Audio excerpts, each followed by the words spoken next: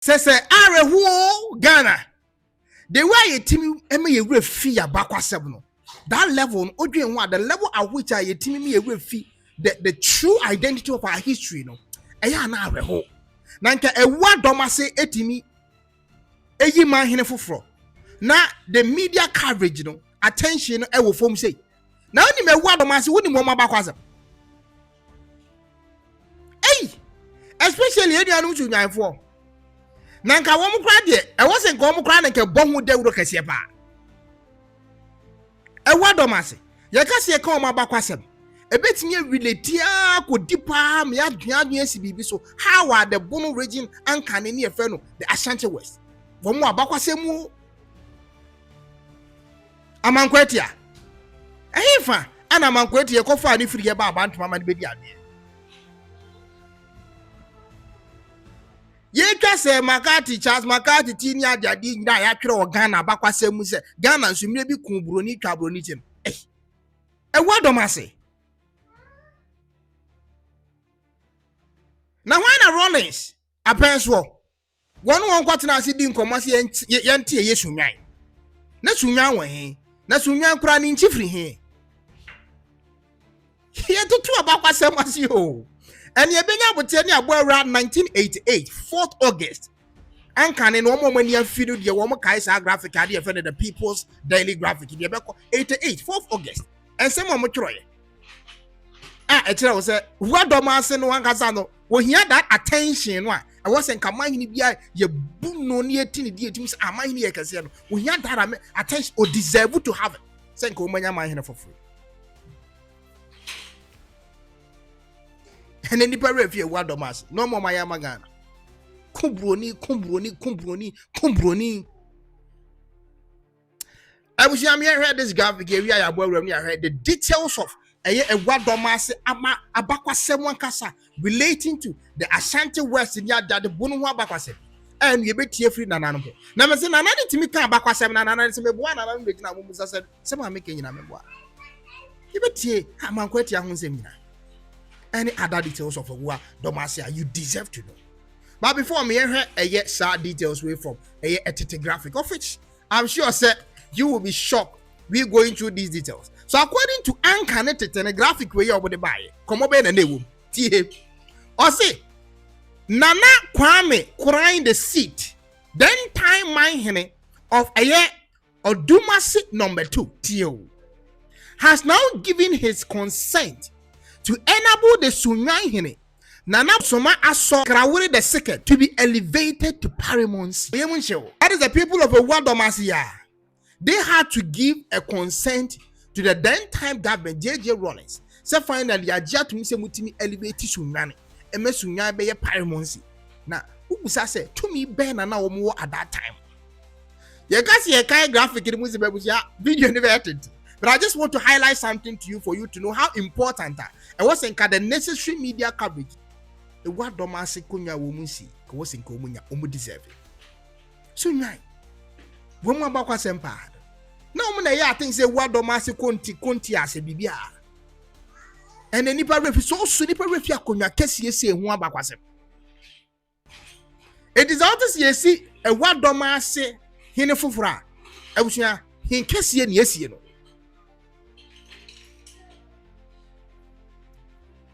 And you can see a boy graphic in one. You'll be shocked the number of details are confirming a lot of their superiority during those days. Awua Domase. Come here. Yeah, Aqua, a simpia saranano. Yeah, corner. Ya crab one, a poor, I feel soon sere. Yana now, Dicano. Your friend now. Asumia ponko. Your tossum, you know. Your friend, you are yamping. Near tossum and son. Abasi a paisika for. Near tossum nine. A framwa. May man of some yammy and son. Wahen coco. A 2 Arabian pong. Not Trinidad.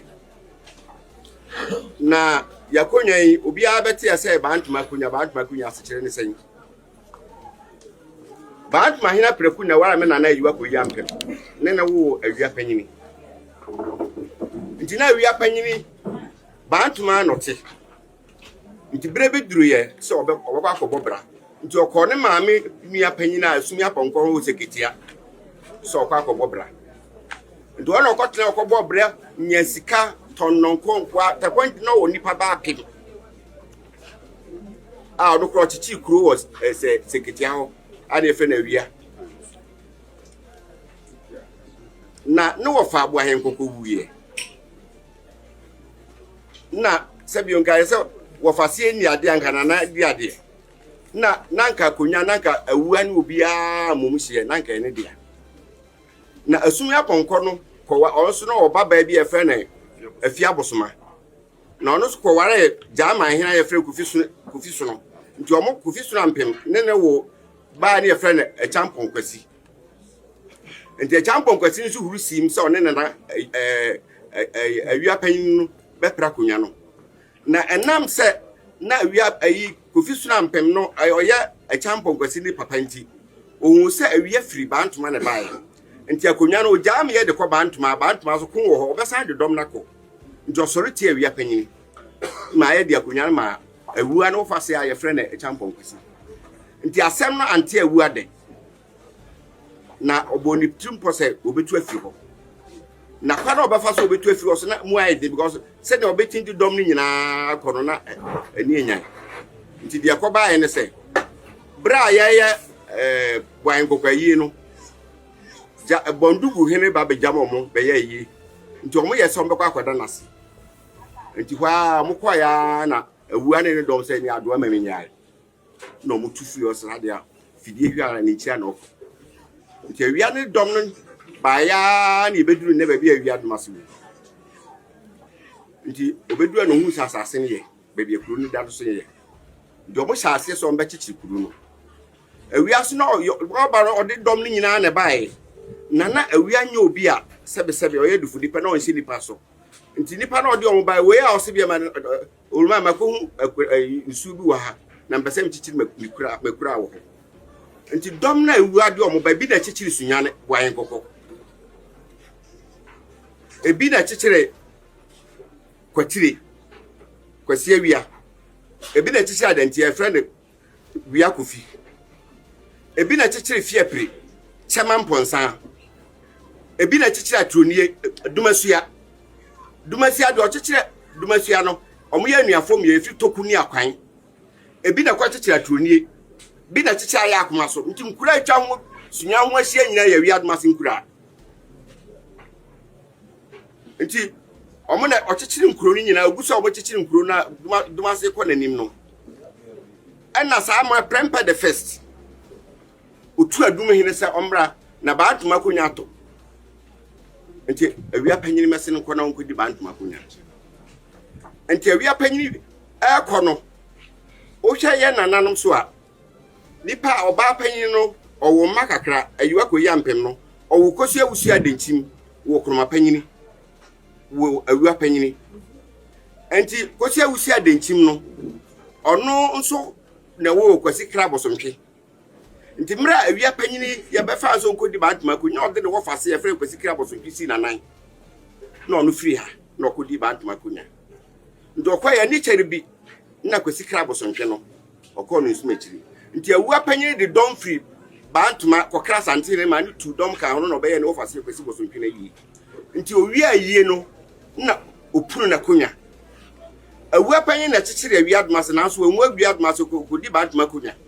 Nti wo fase kwasi krabosomhwe no ode na chichiri one na ewu akonya no so nti yakonya efre no bosomhwe akonya so bi bisa se de nti abosomhwe akonya se no. Nti ono so firi ho a ode ayefre bosomhwe ne class no okoye no anche bi nti bosomhwe ne kono nsumachiri. Na ya nana ba ko efre na abo adwo a o mema miinu yefre ba ko amankwa atia na yefre ba ko ya wawia.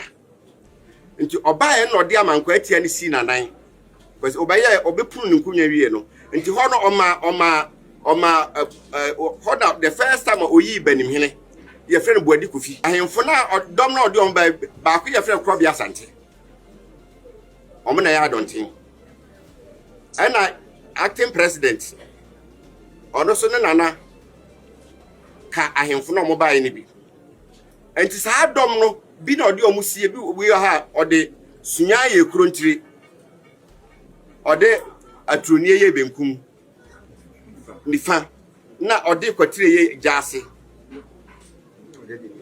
adantia ye benkum nti dom no ɔde ɔmo ba ɔmo na ye saa adwuma ni nyina nti bra ɔde amanko atia bedi akonya no na ɔno ɔsan kɔ bantoma nti anche bia na awia panyin so kɔ no nsumachiri na tete no so no ɔhene bia obewu bia no wo fa befa awia ma ɔhene bia tese befa de wokɔ ndokɔ bantoma ye ompunya makomako ye nanam akodi bantoma akonya mpunya makomako 7 ni ye befa amanko atia so ma ne de kodi akonya nti ɔkɔ ne nua na ekosi ne nua na frɛ na ye wawia no na ɔno so ɔmode ne si awia Domase akonya so na amanko atia no so okoduru bra akodi bantoma akonya no saa mena no asante because okɔ asante mamu a awia Domase bantoma fo no ɔmo ne da asante amite kun bia bɛba asante mamu bi ɔmo ne die animu nti awia amanko atia no kɔ ye saa mena na asante ne Ghama wo na duru nti ɔno ne die animu kɔ ye ofiri kwatrefie mu amanko atia na kɔ kɔdi nkunim de ma asante mane a ofiri kwatrefie mu amanko atia no wu ye so ne bɛfa ye wawia na ye wawia so kɔ bantoma kokodi akonya ɔno so bra akatama so kon no ɔno ne kotwa asacha asbaka titi ma asante man ɔmo nyina fi kwatrefie mu nti ɔno na chi akonya no mma bedi bi mma du ba bi na sebio nipa na bonyanya na bia ɔmo ne ɔmo bara ɔmo ne ɔmo ma ne bae nti akonya atɔ mfa nkodie ye nananom ye mma bebre kofi kura kwasi wote kurafo bia mo de awia Domase akonya bi ɔmo ye mma ofia anti ewoma na ebeche premper the second bra abrofo no yese on be fesika dwa kofia afiri asante mamu nti ya asanto aba kukudu fo sore se da bi asante me ma hemfo madana ya mpene me yemfa dana nkunyanko nti osore nti oha sa me na nda kwamna kire a ofirifi ha a me nuan se bi na o ye na kwamna kire the second no na sinamu no ono na ɔte awia Domase akonya so na nipa na odi kun na ne efere gufifo fie na ehwe kwamna kire akokoduro ne niema na ye befa kwamna kire ne ye de ko no kodi bantoma akonya nti ɔkɔ ye ya nya mamre ne amane amfa na nsi so bra ye be ya na kon no duru ye sam ya beche prempeko ya beche ya santoa na kwamna kire se no onti ase me mfa na nanom nti kwamna kire samre no bunu ha nyina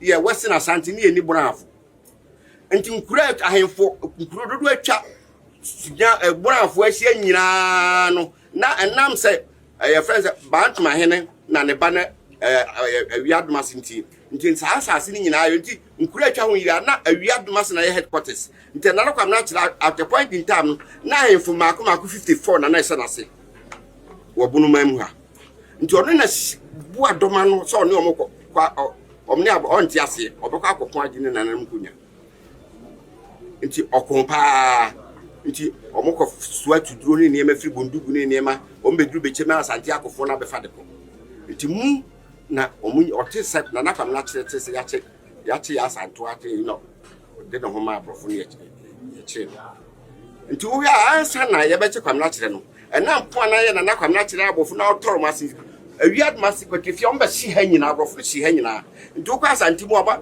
agudie ne niema ombefa kwa abuchi awia Domase de ka ho ombe si be toro kuru dase niem omo si ha nyina nti mra na kwamna kire omo che no omo che no awia Domase 23 November 1900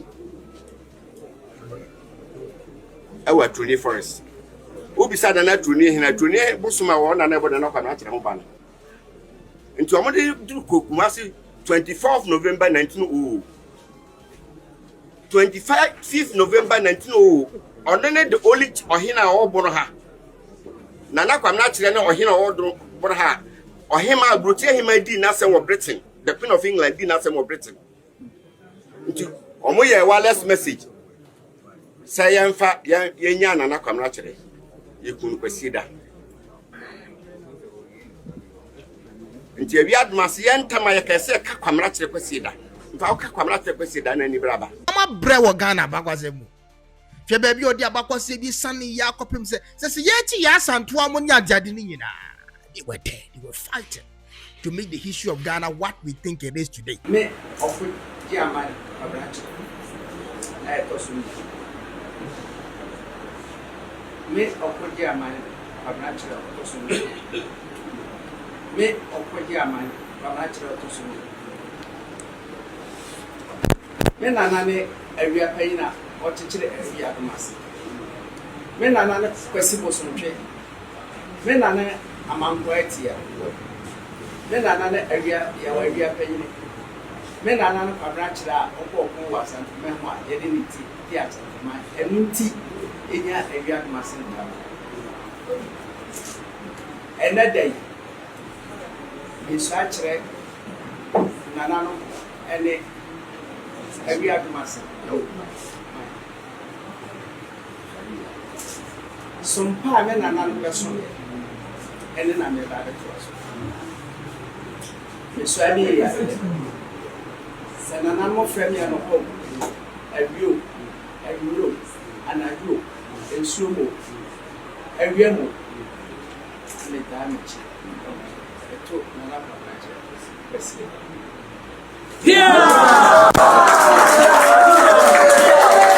Yankasi MP, one of the most beautiful females in the Parliament of Ghana. Millicent. Sunyane West MP. Ejado do na ya no omo de bro no se do ni adade he munya. Ono so de nsem bi betuja. Yenko ti nsem a Sunyane West MP Millicent enso edituja. Ya sida be ma twedi ampo Nyankopon. Asida to sumienu ya de be ma busuafo ni kroma ni nyina. Na ya da Nyankopon ase ama nana. Okoji aman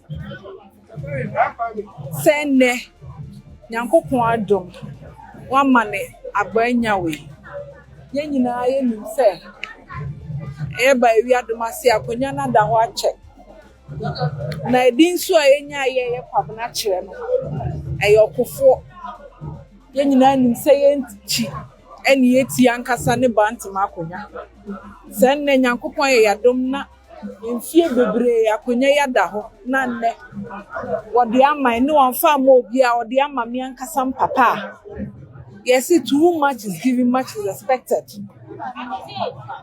you need any excuse to fail the community because a member of parliament and papa sign edi akonya dia na chese ejuma kese na abusua eni kroma eni oman Ghana de ahyeyensa ti Nyankopon ne mesre ni so no a nimbie ni nyansan ya ne dia free the crown of the head ekusi the sole of the feet no Nyankopon emfa ni no na on church na kwan no man ni nyansan ni nimbie a empenfo ne bible mu empenfo ni ahemfofo timi di bo man yeye Otumfuo Nyankopon fa no yenso de e wo se ye ni e de tainachi ema kuro no ekoso eye mpuntuo no Otumfuo Nyankopon ema yenya nipa ni madom se ba bi ebeko bia no omode bedom ye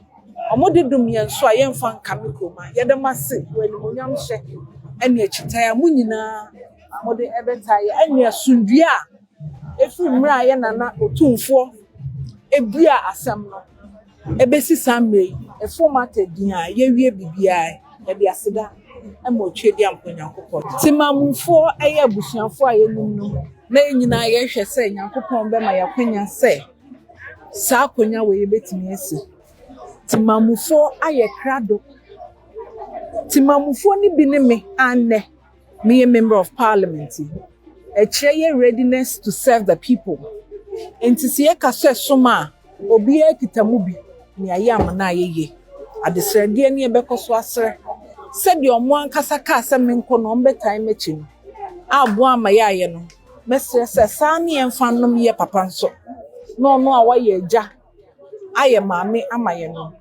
na ogidie sese ye tan na chi eso no benkum nyinifa na oto frɛ na ye nso ye tuhia na nim se Otumfuo Nyankopon ne pe na opese esi Ewa Awua Domase and the Domase nyinaa. I beka Sunyane wɛst nyinaa. Ebekɔ yi. Ti ebeso kabomu bi akoye. Ɛne nkunimdi amaye nyinaa. Damos. Akonya anka ne ye permission won ho etikuro kese bi tisi Sunyane. And you think say they don't deserve that attention? It is almost a Awua Domase hene ba. If it na ekoi. Hun se oye hen kese papa. A osun Otumfuo abo. Sa na Otumfuo hunu. Ohunu se hwe. Konya wotimi di ne hina afri bunu abepie mu obantama. What say Yakunya Ketwa? In the history of the people of Asante for Kwadika, and the Kwansan Kamoto na simple. And I see few Asante bloggers covering all these kind of things. I see a lot of messages in my DM. Ken, you whom were FYPBO at the Uyoki. You okay, pa? But said also, no can be because I don't want to be baby, one a minimum mammy. Anyhow, we take him. It is sometimes, you free internet in Sukakra near Jai Ama. One more makano. Now one more sikane kakra. Ed di kakra. We don't compete with them. Idiot me do my bear woman near ye jai. The last time I saw one platform will be a or show me video by say, Ken, over YouTube pardon the dear. Says your videos die a free Facebook bet one year didi kakra and says ye nyan said you. But ni them we das for your delay answers. One be a diache. And mammy who said the videos they be did you home. Idi omu amesi da bi no mebu ho ma me ntena kira me hwe so omo be bitimi ntena kira me hwe omo nye se me ame beye ense me bre ne si nen say akonfo Nigeria fo yi wo mu di boni we bitimi ntena kira wo mo nka ho ase na Ghana na hweti ada this me ha me nyamra say 1 week later na me nyamra this me nyamra na masa abesu je ku se boni say na ekoso wo man ni bi ahwe ya ye man ye be hwere enkwan ye do Ghana ye nkwan ye do Ghana. I see say 1 or 2 people be bob money, but the attention on Ghana and culture tradition, Ghana no as a mind. Diana Yahodia away. Ye my in kwa bakwasem. We shouldn't forget the Father Kaiser. Kunyakasi oho, and Bibre owa, Kunyakasi Bibre oho. And we shouldn't forget their history. Example is Awua Domase. K1ng Ghama and you be sure that this video. Same because of Ghana. Ebe na ye ba beso. Yes sabi je video se me abetu. Ni nsem no, emu nyansan wo mu. Emu nsem e wo se tasse ye. Ye betas. K1ng Ghama die akra. K1 oh boy Juma we did Jacob. So now see commentary or social media no style of blogging fantastic. So you see commentary news in the bar, so you see commentary for home we so good. Keep on going. And the star also the ebema other tribe afulo unyi sorted India temnie that's how becano it's so painful I know shit. I don't know say I commentary like or you as a presenter sports presenter that they are and we need maybe I work with strength free but it's all good. We are the K1 modern K1 tribe